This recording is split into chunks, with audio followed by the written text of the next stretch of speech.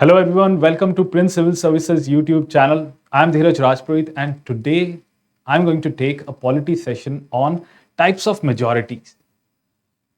So today we'll discuss that what all types of majorities are mentioned in the Constitution of India and what all type of majorities are used in the Parliament of India. So कौन कौन सी ऐसी majorities हैं, कैसे हम उन्हें distinguish कर सकते हैं, ये सब हम आज डिस्कस करेंगे. So starting with, we'll see the types of majorities in Indian Parliament. We can divide it into four categories: simple majority, absolute majority, effective majority and special majority. इन चार में हम डिवाइड कर सकते हैं इनको. इसमें से आज का जो सेशन है उसमें हम डिस्कस करेंगे ये टॉप के दो, simple majority and absolute majority. In the next session will discuss the effective and special majority. So आज सिंपल और एब्सोल्यूट पे डिस्कशन शुरू करते हैं, starting with the first, simple majority. So see, what do you mean by simple majority? It means it refers to a majority where more than 50% of the members present and voting in the house are considered. So अगर कोई bill pass करने के लिए या फिर कोई भी एक रेजोल्यूशन पास करने के लिए अगर सिंपल मेजॉरिटी से वो पास होगा तो हमें कितने लोग चाहिए उसे पास करने के लिए? More than 50%. बट किसके? जो प्रेजेंट हो और वोटिंग कर रहे हो, दोनों, which are present and voting, उनके 50% से ज्यादा. So majority of the present and voting members is considered as simple majority. It is also known as functional और वर्किंग मेजॉरिटी, क्योंकि ये डेली फंक्शनिंग के अंदर काम आती है पार्लियामेंट के. जब भी कोई रेजोल्यूशन पास करना हो या फिर नॉर्मल ऑर्डिनरी बिल्स पास करना हो, तो इसीलिए इसे फंक्शनल या वर्किंग मेजॉरिटी भी कहते हैं. Along with this is the most commonly used type of majority. सबसे commonly used यही type of majority है. तो जो हमारे जो acts बनते हैं, laws बनते हैं, parliament जो laws बनाती है, जो normal ordinary laws, तो ये laws simple majority के through पास होते हैं. Now, when the law does not specify the kind of majority needed, a simple majority is used for passing the bill or the motion. So अगर कहीं पे constitution में ये मेंशन नहीं किया है, स्पेसिफाई नहीं किया है कि कौन सी मेजॉरिटी है, तो वहां पे automatically it would be understood that this particular thing should be passed through a simple majority. तो वो जो मोशन, उससे रिलेटेड जो बिल या मोशन होगा वो सिंपल मेजॉरिटी से पास होगा. Now ordinary bills require only अ सिंपल मेजॉरिटी. ये डिस्कस कर चुके हैं हम. जो भी ऑर्डिनरी लॉज हैं पार्लियामेंट के, वो सिंपल मेजॉरिटी से ही पास होते हैं. Now let's take an example to understand it. चलिए हम लोकसभा का एग्जाम्पल ले लेते हैं. सो लोकसभा में टोटल मेंबर्स जो हैं वो 443 हैं. हम मान लेते हैं कि उस दिन प्रेजेंट है 500. That means 43 are absent. Now हम ले लेते हैं इसके अंदर से भी वोटिंग कितने कर रहे हैं? वोटिंग कर रहे हैं 400. That means 100 are not voting.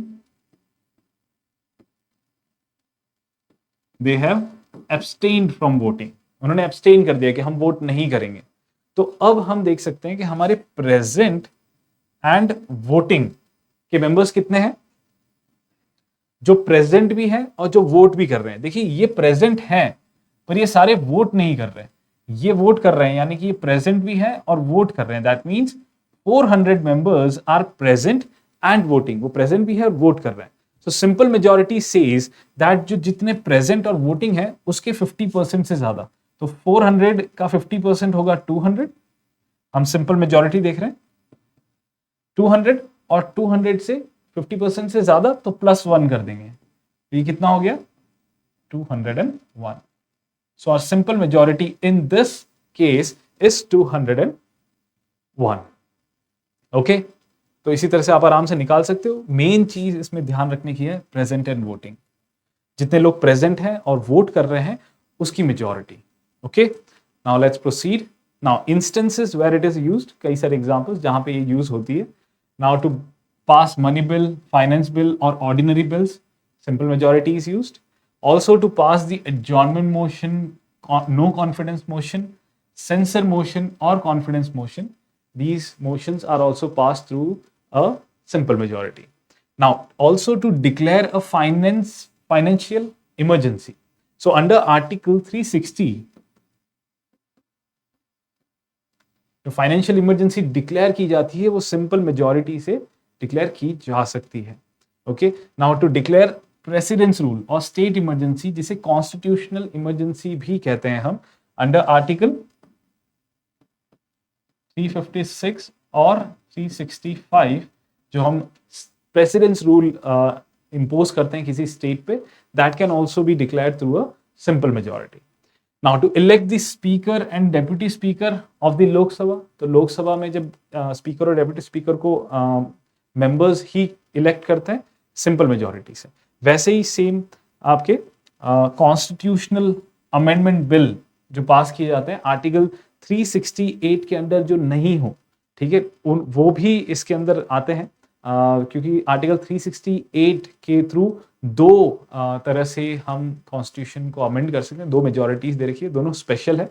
Will discuss that in the next session. But उसके अलावा भी कॉन्स्टिट्यूशन सिंपल मेजॉरिटी से भी अमेंड किया जा सकता है काफी part. Now along with that, जो आर्टिकल 368 है, इसके अंदर एक सेकेंड टाइप ऑफ जो अमेंडमेंट है, जहां पे हमें स्पेशल मेजॉरिटी के साथ साथ हाफ ऑफ द स्टेट्स का कंसेंट भी चाहिए होता है. तो जो वहां स्टेट असेंबली में वो बिल भेजा जाएगा वो कंसेंट के लिए, उन स्टेट असेंबली को या स्टेट लेजिस्लेचर को उस बिल को सिंपल मेजॉरिटी से पास करना होगा. See the constitutional amendment bill under Article 368, which needs to be ratified by the states, needs only simple majority at the state legislature. तो उस बिल को जो स्टेट को भेजा जाएगा टू रेटिफाई, उस बिल को रेटिफाई करने के लिए, तो स्टेट लेजिस्लेचर उसे सिंपल मेजॉरिटी से रेटिफाई करेगा. Okay, now let's see the absolute majority. So absolute majority काफी कुछ सिमिलर है आपकी सिंपल मेजॉरिटी से, इसीलिए इसको मैंने साथ में क्लब किया. एंड बट काफी एक डिफरेंस है जो हमें ध्यान में रखना है. सी यहां पे भी ऐसा लिखा है, majority more than 50% of the total membership of the house, or we can say the total strength of the house. Now here's the catch, that simple majority में हमने देखा कि more than 50% of present and voting, वहीं absolute majority में हम देख रहे हैं 50%, more than 50% of the total strength of the house or total membership of the house. Now understand this with an example. Now we saw that लोक सभा में जो total membership है वो कितनी है, 543. टोटल मेंबर्स वहां पे कितने हैं, 543. यही है कि यही लोकसभा की क्या हो गई, टोटल स्ट्रेंथ. तो टोटल स्ट्रेंथ अगर 543 है तो इसका 50% से ज्यादा, इसका 50% क्या होगा, लेट्स सी.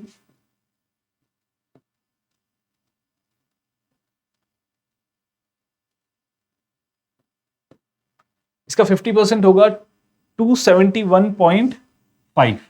सो नियरेस्ट इससे ज्यादा चाहिए, तो नियरेस्ट ज्यादा क्या होगा आपका 272. So it's actually 272.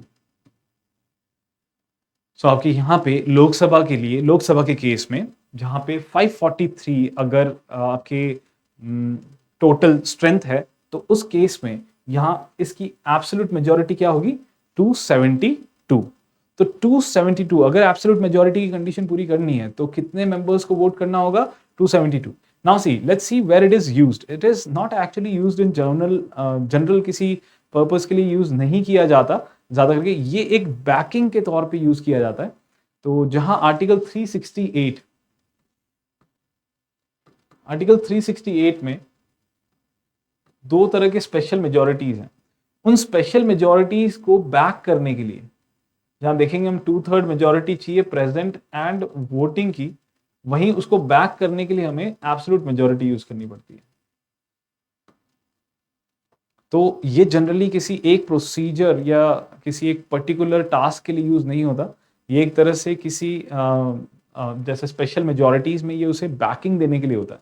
तो जनरली अगर समझो कि ये छोटा हो जाए, ये फिगर बहुत छोटा आ जाए कि सिर्फ बहुत कम मेंबर्स आए हैं, मे बी लाइक 40-50 मेंबर्स ही आए हैं, तो वहां पे ये 40-50 मेंबर्स अगर बिल पास कर देंगे, then what is the use of this special majority, special kind of majority. तो उस केस में एक तरह से ये बैकिंग देता है कि कम से कम 272 तो हो, बाकी इससे कम नहीं हो सकता, इससे ज्यादा होगा तो चल जाएगा. We'll discuss this in the next session. For now, you can focus on what absolute majority is and what simple majority is. Simple majority बहुत ज़्यादा यूज होती है, most commonly यूज होती है. Absolute majority as such किसी particular task को complete करने के लिए यूज नहीं होती, as a backing यूज होती है, बाकी किसी majority को back करने के लिए यूज होती है.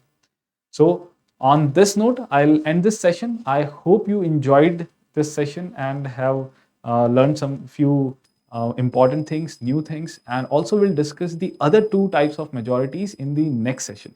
Till then, take care and God bless you all.